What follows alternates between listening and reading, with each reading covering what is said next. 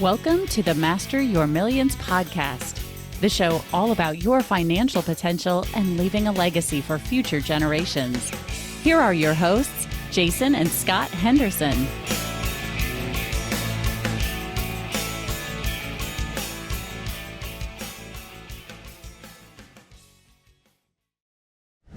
Yes, thanks, Scott, and thanks for that introduction. Today we have Mark Miller, who is originally from the Midwest, and I was teasing him earlier what it means to be from the Midwest, but specifically from Kansas City. He's married, has two children, but the really cool thing about Mark and the reason we decided to bring him on as a guest is he has over 30 years of experience helping people with taxes and how to mitigate those taxes. Now, I don't want to use any borderline words like avoiding taxes or evading taxes or anything like that. That's never been the case on our podcast whatsoever, or nor with our guests. It's about understanding the tax code and taking advantage of opportunities that are already there. The problem is there's very few people on the planet that know the whole 80,000 plus pages and how really that fits together. Yet Mark, he has published a couple of books on this particular subject, and he has some real cool insights that we wanted to bring him on as a guest. So welcome, Mark, for being on to the podcast. Well, Jason, I appreciate you having me today. So tell me a little bit, so our listeners get to know you as a person, right? Sure. You come in, I set you up as quite an expert, which you are. I mean, you can see for those that are watching our YouTube channel, it says Hilton Tax and Wealth Advisors in the back. And the Hilton, as part of that, is a grandson of the original Hilton that started the hotel chain, if I understood it correctly. And so there's some names associated, an expert, but what is it that got you into tax? Because to some people, tax is not very fun. Well, it's interesting, and it's kind of interesting how the relationship has developed over the years with the Hiltons. But how I first found out about a kind of advanced tax mitigation was just having huge tax problems. When I say tax problem, was just basically paying way too much in taxes. And when you start making a lot more money, you really see and you feel the full weight of our progressive tax system, that as you make more money, the government exponentially takes more.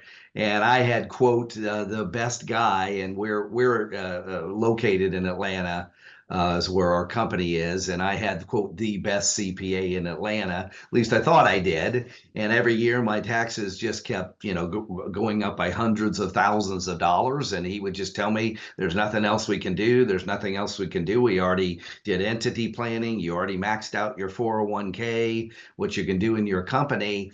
And something in my gut as a business owner just told me this just isn't right. I mean, if I keep going at this pace, I mean, the government's going to be taking, 55, 60% of every single penny that I make.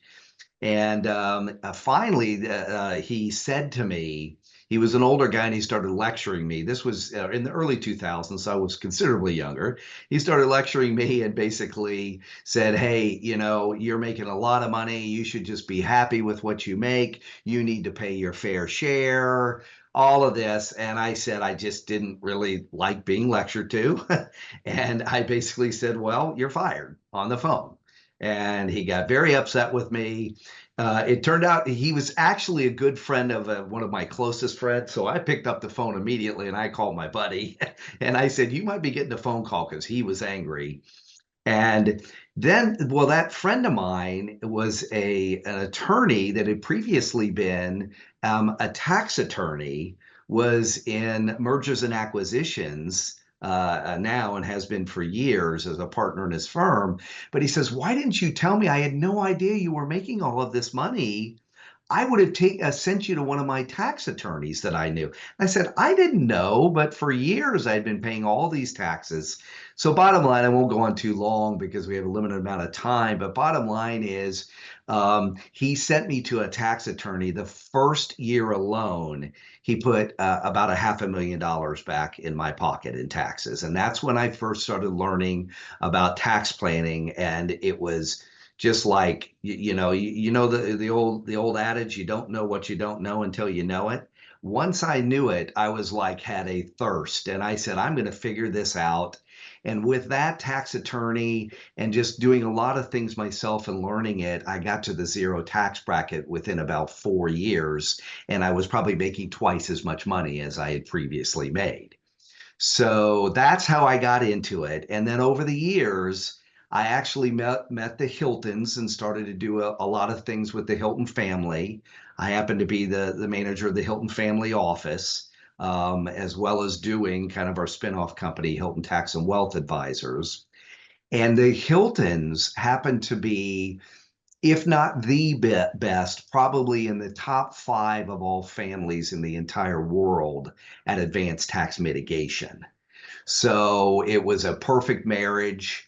And we just, made our relationship and haven't looked back. And at this point, have saved individuals almost $500 million in taxes. By the way, you mentioned to begin with all legal, moral, ethical, which only the Hiltons would do. And just, teaching people what they don't know, and that they only have to pay what they're legally required to pay. So most people are massively overpaying on their taxes. Absolutely. I sort of thank you for that. You have used the term tax planning a couple of times. Yes. Now, I want you to go into that a little bit more, explain a little bit more what you mean by that. For the vast majority of people, tax planning is between October 15th when they Hmm. do if they extend, right, and the first of the year Hmm. when they sit down maybe with their CPA, who may be or may not be a tax specialist. They may simply be a glorified tax preparer. And that's what A they good plan. point. Oh, well, you need to buy this truck or you need to buy this combine, you need to do this, and you have no taxes. So, I Hmm. mean, they encourage them to go out and spend dollars to save dimes on taxes, which in my mind, it makes completely no sense for the fact that why don't we keep those dollars, pay those couple of dimes, and then start into something that over time is a better tax situation. So tell me a little bit more what you mean by tax planning, because I Yeah. regurgitated what I think most people think tax planning is, Yes. and most people that's listening say, "Oh yeah, tax planning, that's that between October and December time." And a lot of CPAs would say what you just described is tax planning.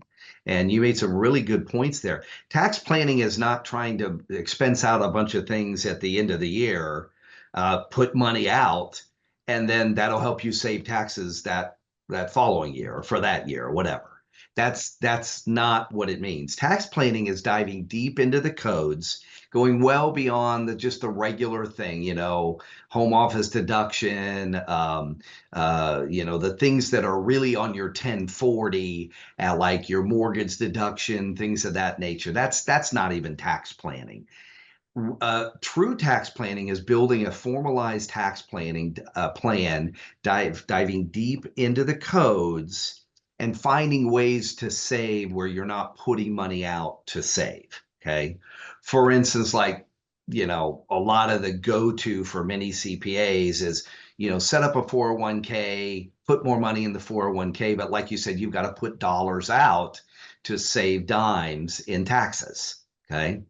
So what we do is we have and developed over 130 plus some proprietary strategies, but some kind of bulwark strategies that are just deep in the codes, and then put those into formalized plans for individuals, design a plan depending on an individual specific situation. Generally, we save folks about 50% on their taxes their first year. So they're overpaying about by 50%. And then ultimately, the title of my book is The Tax-Free Business Owner. But Now that's your also, first book, correct? yes, that's my first book. Okay, and Yes. tell me a little bit how that came about simply by letting people know what you were finding out. 'Cause a minute ago, you said Yeah. you were in business and you're making a lot of money and you had the CPA. What business were you in at that time? I was still in financial services Financial I services. Okay. yes, and I've been a business financial consultant for years. Okay. Okay. But I've always had, and I still do, I probably have 4 different companies right now. I've always had multiple companies doing different things, but pretty much in the financial services space. Um, but the plan came about by doing the formalized plans by partnering with Brad Hilton, who is the grandson of Conrad Hilton, who was my main partner, and us having a passion of bringing these advanced strategies from the Hilton family office more down to Main Street. And that's what we're doing. So folks that have maybe a business that are making 500,000 or more, we work with highly comped execs, also high net worth individuals, to help them reduce their taxes. And on top of it, ultimately, where that's really important, because the biggest expense you'll have in your life is taxes. Really important to reduce taxes. But we also plug people into some more kind of advanced wealth building strategies that kind of the wealthiest of the wealthiest are involved with, to ultimately have it all combined to just get them wealthier faster. And get them to retirement earlier, maybe an exit strategy earlier in their business. In the event you were to kind of survey quickly in your mind, and talk the different high net worth people you talk to, what would you say are three common things? And I ask you this for the fact we interviewed someone else, and they had a couple of things that they thought that all very successful and high net worth people had in their arsenal. What would you say are three characteristics or three things that they have, if you will, from a financial point of view, that's common amongst them? Well, let me talk about kind of philosophy here a little bit. So most investors, and we're working with people kind of a lot of average investors on the retail side, whereas the Hilton family office is on what's the institutional, or what you call the smart money side, which is another book that I just recently wrote. It's the smart money, what the very wealthy are doing. On the retail side, most people are focused on and the retail advising companies do a really good job on selling people based on greed. How do you know that? Because what is most common, people own mutual funds. How do they pick a mutual fund? They look at the 1, 3, 5, 10-year performance, and people every day make decisions. I like that mutual fund because that performance looks good. The smart money folks, first and foremost, look at safety and security. So that's when you say, and you probably heard this before, Jason, the story about Warren Buffett when they came to him and say, hey, what's the most important rule about investing? And he says, don't lose money. Well, what's the second most important rule? Go back to rule number 1. Okay. So what they're going to look at first is, and I can tell lots of stories, boardroom stories about that, and Warren Buffett, and dealing with a lot of these Wall Street kind of types that are, hey, we're going to make you 30 or 40% per year and da da da da da. But the first and foremost thing is the wealthiest look at making big chunks of their portfolio as safe as possible. Not to say that they're not going to take risk, but they're going to do it with just a portion of their portfolio, not like you see, and we still see this nowadays with retail investors that come into us, say, hey, what can I do and maybe better? 80% of their money is sitting in the stock market, and their advisor is fine with that, And it's like, well, what are you going to do when we have our next market correction? Well, my advisor tells me everything's okay right now. He'll give me a heads up on that. Oh, really? Okay. So it's kind of a long answer to your question, but really, I would say first and foremost is focusing on safety and security, and having a big chunk of your portfolio to, if something really bad happens, all of a sudden they're not going to go from being on the Forbes, 100 richest people in the world list to be knocked off that list. It just you don't see that very often. Okay, so safety is number 1. What would you say is number 2 to them? So the next would be focusing on having, and you have to have access, focusing on private equity, alternative investing. So you're talking liquidity when you say access. Are you saying liquidity? No, having access, I mean, having the ability to have those offerings and be able to invest in those offerings. So there Okay, has so to yeah, be some as an access for accredited that. investor or even higher up, you have Yes, things that come to you that the Main Street doesn't get. Okay. absolutely. That every day that come to the family office. And so one of the unique things about our office, and some of the other offices have this too, is but the Hiltons are very risk averse. So even if they're still going to invest on the private equity on the alternative side, but one of the things that we're always going to demand from the issuers is some kind of what we call surety. So let's say it's an offering. Let's say we're investing in a company that is a burgeoning company and they're going to give us preferred shares, so to speak. Well, we want those to be backed up by assets. We want assets to be there in case something goes wrong. So, and whether that's a debt obligation or whether that's just straight preferred shares, whatever it is. So it still falls back on safety, but the returns are going to come from being in that space. So if we're looking at anywhere from 15 to 20 to 25% per year plus, but we also want to have a little surety attached to that. So if we put $100,000 in an offering like that, that if something goes wrong, we're not risking our full $100,000.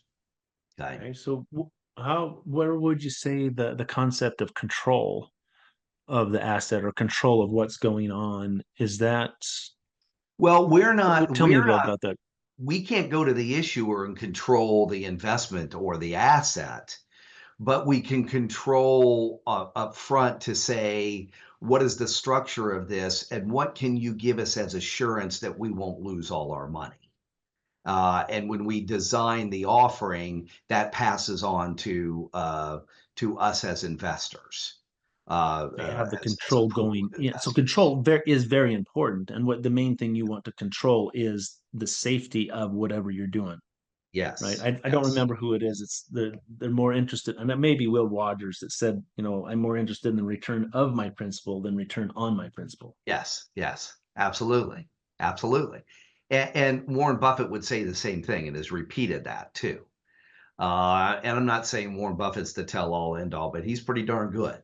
I mean, he knows what he's doing, and he's on the smart money side of the business. Um, so Okay, now so when you talk would you about, say that the go ahead. Hiltons or the wealthy are in real estate? No, the Hiltons are extremely diversified.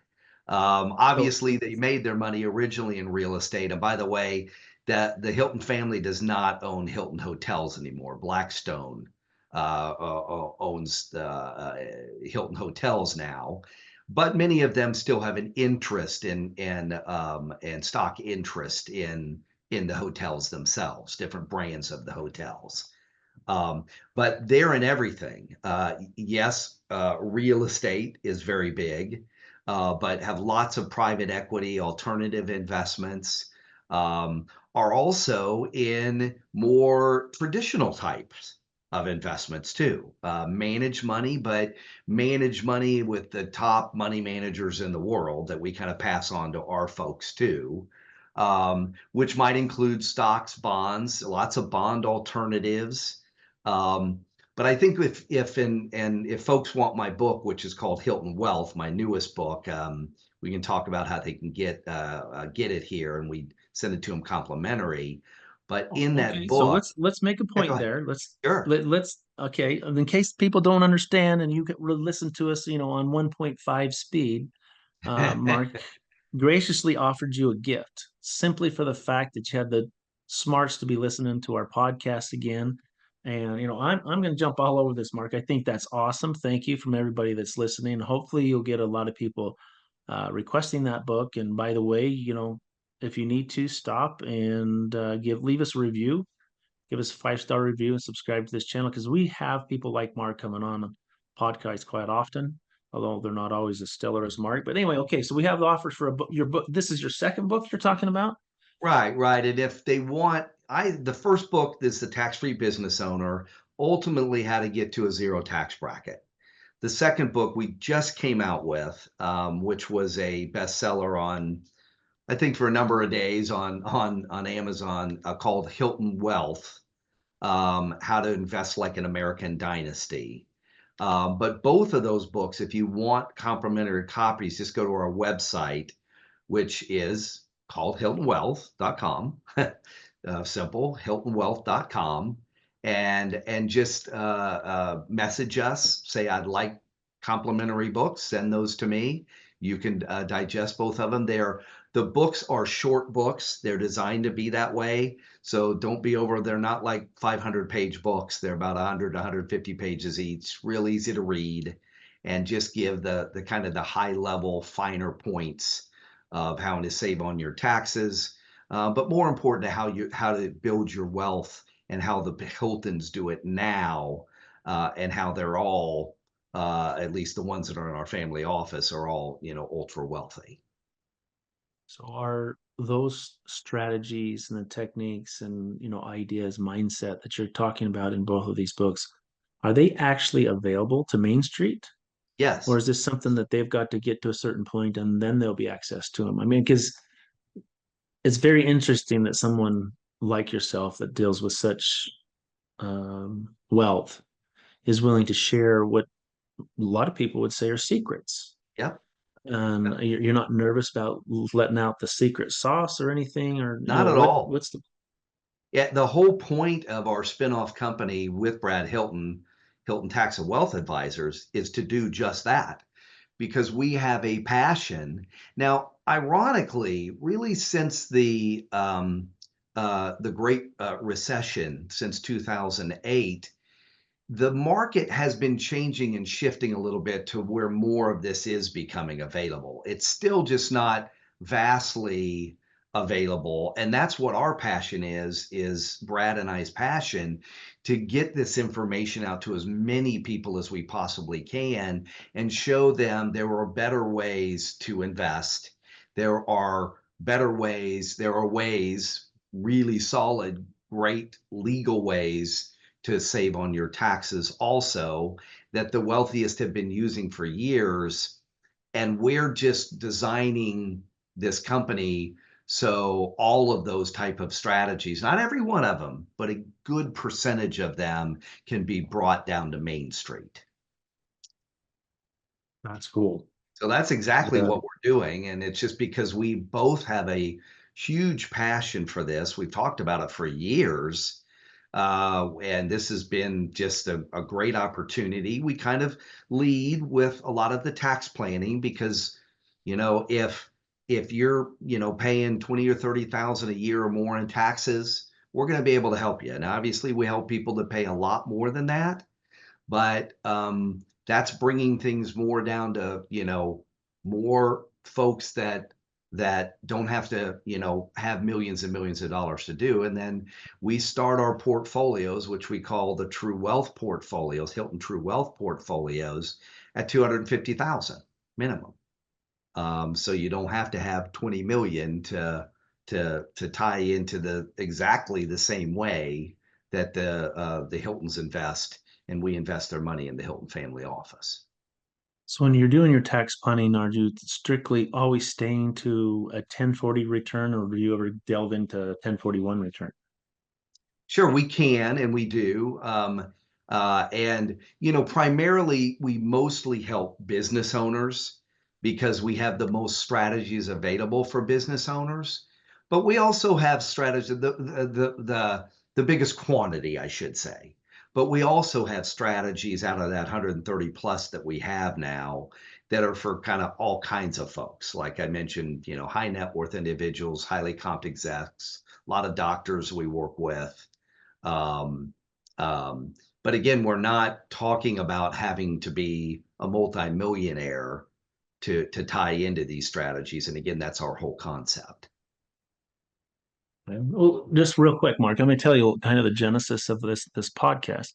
So I'm in whole life insurance. I have been in for 18 years. Right. I don't fool around with ULs or IULs or anything like that. It's strictly whole Yeah. life insurance, and then I want to help people understand how to use that as a financing tool. Yes. My son, my oldest son, that's as everyone can tell, is not here today, but he's actually out on a pretty cool deal. But he got his brokerage license, and then he got into alternative loans, right? He does conforming and all that stuff, but he's got into conforming, particularly hard money and bridge loaning. Right.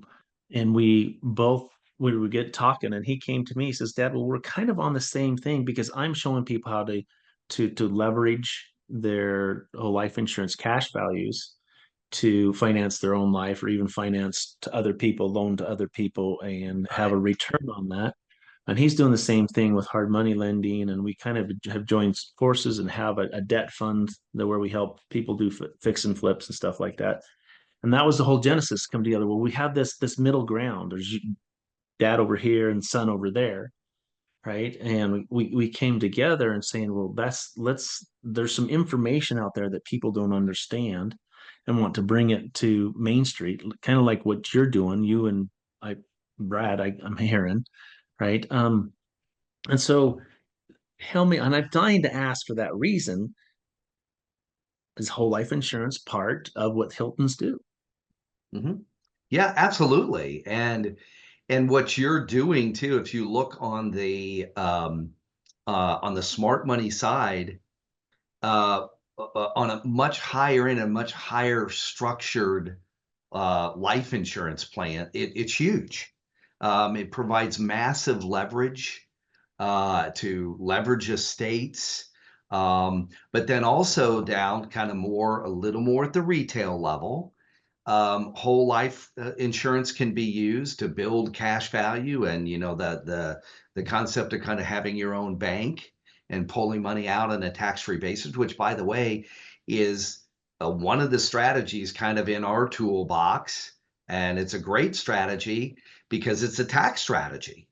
Ultimately, we look at that as a tax strategy. Obviously, there's the death benefit, but if it can generate income, retirement income, that's phenomenal. And everything we do, I say everything the wealthiest of the the wealthiest of the wealthiest do, um, is that tax vein is running through everything. So lowering the taxes, reducing the taxes, making as much as we can completely tax free, because they realize that that ultimately helps you leverage and build wealth even more powerfully too. I'm just doing A back of huge the advocate envelope. of what you do, definitely. Okay, so I'm doing a back of the envelope calculations here. Someone who is able to have a true tax plan that you advocate and what you teach about, not that they would want to earn less, they would be required to earn less and to have the same lifestyle for the fact they're not putting so much out in taxes. And taxes, by the way, have a cumulative effect. I Mhm. put out 10,000 this year. Well, that's 10,000 plus whatever it could have grown next year Yes, for the rest of my life, yes, compounded, right? If you yeah, had that 10,000 and put it in something simple, you know, let's just call it a number just as really easy, say 8%, because rule of 72, that means it doubles every 9 years, right? Well, mhm, we live, oh my garbage, my dad died when he was 100 years old. That's if he yeah, 10,000 when he was young, that could have really been really 20, 40, 80, 160 grand, whatever it is, right? Real easy. And so the idea of true tax planning, I love this idea that most people just don't get, that they've really got to take their gloves off. They've got to dive deep and understand. It sounds like to me your two books are a wealth of possibilities for people. yeah, yeah. And it really goes back to and I say all the time, my dad used to say this too, is you don't know what you don't know, right? Till you finally learn it. And nobody knows everything, you know, no one has all the answers. Okay. And we're even adding things to our arsenal, on a, monthly basis, I would say, because we're still learning and we're still getting better. But a lot of it is just having access to that knowledge. And because of the information revolution, and I believe what shifted in 2008 into 2009, there's just a lot more knowledge available. I do caution people, because sometimes people say, oh, well, you do this particular strategy over here. I learned about that on the internet. I could go do that on the internet. I caution people about that, especially with taxes, um, because there's implementation involved also. And actually, what the IRS is more concerned is about the implementation part of it than they are the actual strategy, that it was implemented properly and all the proper documentation was done to you might say, fortify the strategy. That's what the IRS cares about. It's about documentation, about properly implementing these things. But the information is more information is getting out there that wasn't out there 10 or 15 years ago. And that's a good thing. That's a good thing. It is, and I agree with you. How there's one caveat there is the amount information explosion may have made it even more difficult to find the Yes, information, right? Because that's the before part it of it. was there, if you could ask the right person, but you didn't need to go through, 10 million websites or 10 million different. Yeah. You know what I mean? Because there's so much misinformation. Main Street, the ideas on Main Street are different. And someone told me that who ran at one time he ran the risk desk for Deutsche Bank. Hmm. And so he's a risk mitigator type guy, right? And he said that the big money, the institutional, that they are able to transfer some of the risk in the market to Main Street, right? They sort of shift it to them. And so it's really Main Street that has the risk that's on their shoulders. And it's Absolutely. like, that is so Very profound. It's well, very it's profound. all, I don't want to use the word unfair Yes. because it's legal. I mean, everything's there, but it's also, it's Yeah. like, okay, in the event you only knew, Yeah. and I've asked the question many times, if everything you thought you knew about money turned out to be wrong, when would you want to know? Yeah. Right? Because there's so many things that people know about money that simply is not so. Right. And that's Absolutely. the real big danger, is what you know is not so. And you need to learn. You have to be willing to open your mind. And frankly, having the idea Hilton right there behind you Yeah. speaks a lot. A lot of Yeah. people use the And don't get Rockefellers, their Brad. structure. Yeah. Don't Huh? get Brad started on the retail side of the business. He'll just flat out say people are getting ripped off, and they have no idea that they are. They're paying more in fees. The structure of how do you think the Fidelity of the world's build those, skyscraper buildings in the middle of Manhattan with the prices of buildings in Manhattan? You think they do that on 1% per year? No. So, so they're doing that because the average mutual fund, people just don't even know this. The average mutual fund, there's only certain fees that they're required by law to show people. The average mutual fund charges anywhere from 3 to 4% per year of your investment, and people don't even know it between internal and external fees. They just see that 1% or whatever it is. Okay. So Wall Street has gotten super, super, super rich off the backs of the regular retail investor. And I've seen it. I've been on the retail side, and now I'm on the smart money side. And I see the vast difference. And again, don't get Brad started, because Brad will just and that's a big passion he has. He's like, we've got to teach people, and we've got to show them what you had talked about, that compounding cumulative effect. By if you keep taking that percentage per year off the top of people's investments, ultimately they're getting to retirement maybe 5 years slower. Okay, so they're having to work 5 more years just because of the fees that they've incurred on the retail side for the past 30 years or 35 years.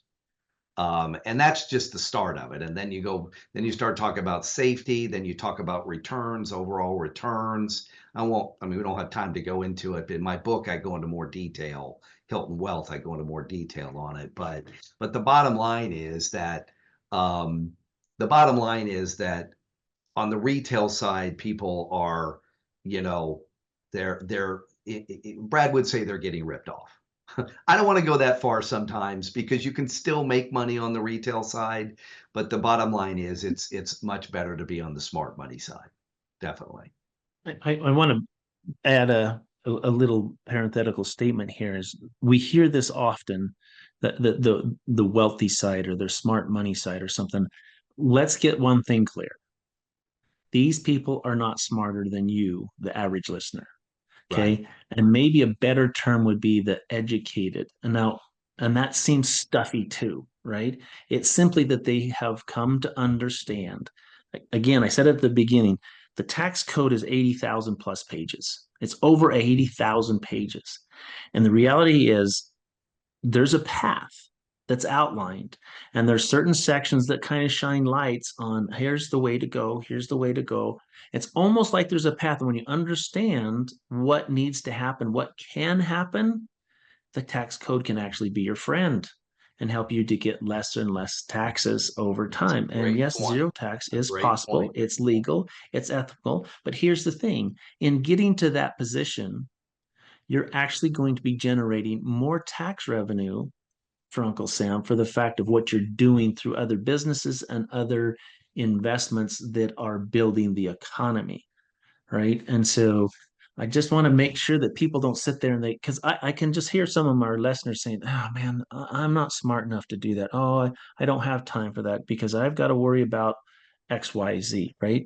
It's you need to become educated about money and how it works. And as you Yeah. do, as Mark says, you don't, I think your dad said, you don't know what you don't know until you know it. Well, here's an Yeah. opportunity to know it. So we're kind of running out of time. This has been an awesome podcast, by the way. Thanks, Mark. Sure. If you were to boil it down to three things that you'd say Main Street needs to start today to start getting to the point to where they can have, because we didn't even get into the structure, the whole structure, you alluded to it. There's a really cool structure out there, how people do it, to equity strip away from and protect yourself so you own nothing and control things, right? And you can Yeah. legally and ethically do stuff. So you're again with that overall thing of safety. I want to preserve what we have and to grow in a natural way. So long-winded, sorry, three or four maybe things that you say someone needs to start doing today. And I'll Yeah. start with You number bet. one is get your book. So and Well, then we can go to the next it's one. yeah, and I believe, and I again hate to toot our horn too much, but I think that's why we're doing what we're doing and excited about what we're doing because I think we kind of have the formula. Number one, you have to get your taxes under control. Um, 95% of people out there are overpaying on their taxes and they have no idea. That puts money directly back into your pocket that can help you build wealth from there. And then we already talked about focusing on safety, low volatility investing, which we didn't get totally into the details of that, but so we can sleep better at night. And ultimately, that low volatility investing is going to get us better returns long term because we're not going So to have big troughs. right. So Okay. Then let that's me just huge. jump in. I hate Yeah. to interrupt you there, but Yeah. everybody knows the story of the tortoise and the hare. I don't Yes. know who invented it, where it came from, what sage did it. It's true.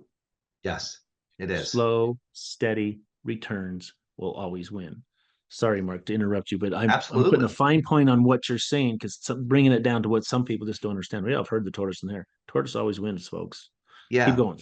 Yeah, and what is it like to have, and a lot of retail investors don't know, they don't know what it's like to have a portfolio where they're not constantly thinking about when's the next downturn going to happen? When's the next downturn going to happen? And have to hear their broker or retail advisor say, "Well, don't worry about it because even if it happens, we'll make all that money back. Just you're in it for the long haul." Okay? Well, what would it be like if you didn't have to even think about that? If maybe the worst year you could ever have, you could still make between 8 and 10% per year, but the worst year you might ever have is down 8%. Okay. What would that be like as opposed to the worst year that we see people come in to our office all the time that they're down 30 or 40 or 50%. Okay. And they're biting their nails and they may be totally on board with the hey, we're in it for the long haul, but it sure doesn't feel very good. at that time sitting around waiting to get back to where they were 3 to 4 years later. So that's just not how the wealthiest of the wealthiest invest. So I would say, controlling your taxes, concentrating on safety and security, and making sure that we have consistent low volatility to where we can still get our returns, but we're just not worried about those big downturns.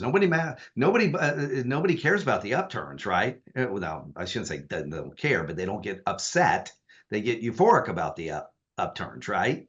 It's the downturns that have to be Don't taken change your care of. life as much, right? The big upswing is exciting, but it's not life altering the way a big downturn is. You mentioned Yes. earlier the Great Recession, 08, 09. I have a client that was supposed to be his last year as a professor at the local university here, Yes. and it wasn't.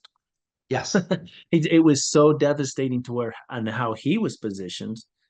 Before I was just starting to get to know him and kind of help him, saying you need to think differently about that. But he ended up working several years later. I have multiple clients that have come through that. I have a dentist that had to work another I've had 10 that too. years. I've had that too. Right. That has happened too. So, Yeah, absolutely. Yes. so okay, that's great. Mark, I want to know. We always put it as one final question to you. We always ask our guests, "What's your next mountain? What's your next goal or a milestone?" And I would like to invite you back on the podcast when you've Sure. accomplished this. Now, I'll give you an example. I had a guy that is a speaker. He goes, "I want to speak to an audience of 100,000." And I was like, okay, that's a big goal from where he was now. I think that's so cool. And I told him to say, look, when that happens, you call me and I'll move heaven and earth to be there in the audience with you. So same thing, Mark. What would be your next big goal? I think our goal, and because we're so focused on the family office is just kind of doing its thing. We're so focused on Hilton Tax and Wealth Advisors. We're trying to still get the word out there. My next goal, I would say, we want thousands of people to be exposed to this, and we're not there yet. I mean, we basically, just started this about 2.5 years ago. So I think that's my next and Brad's next milestone is to get, several thousand clients that truly not only know these things and are educated about that, but they can truly take advantage of them. In the process, we'll at least be exposed to many more, and that could be, tens of thousands of people to get people to understand that these things are out there and available. Awesome. Thank you. And thank you for being on the podcast. Everyone, as we're signing off here, those that haven't been on the YouTube, you can see that HiltonWealth.com is the web page, and we'll put his that information in the show notes. Our guest's contact information is always in the show notes. Remember, he offered you his book. I mean, the secrets to the ultra wealthy, if you will, right? I mean, those that really know how things are happening and those that are able to avoid risk and slowly but surely build massive amounts of wealth, and wealth that's not going to only last during your lifetime, but your children's and grandchildren's. Perfect example being that Brad is the grandson, right? And it's going to go several generations on for the fact that there's a culture, there's an understanding, and it's being actively taught within the family. They're just simply saying, well, other people should enjoy what we have. This is the greatest country, and we should all be having that. So really, again, thanks again for being on the podcast. Back to you, Scott. Thanks for listening to Master Your Millions with Jason and Scott Henderson. Check the show notes for any links or contact information about today's guest. Make sure to follow the show so you don't miss any future episodes.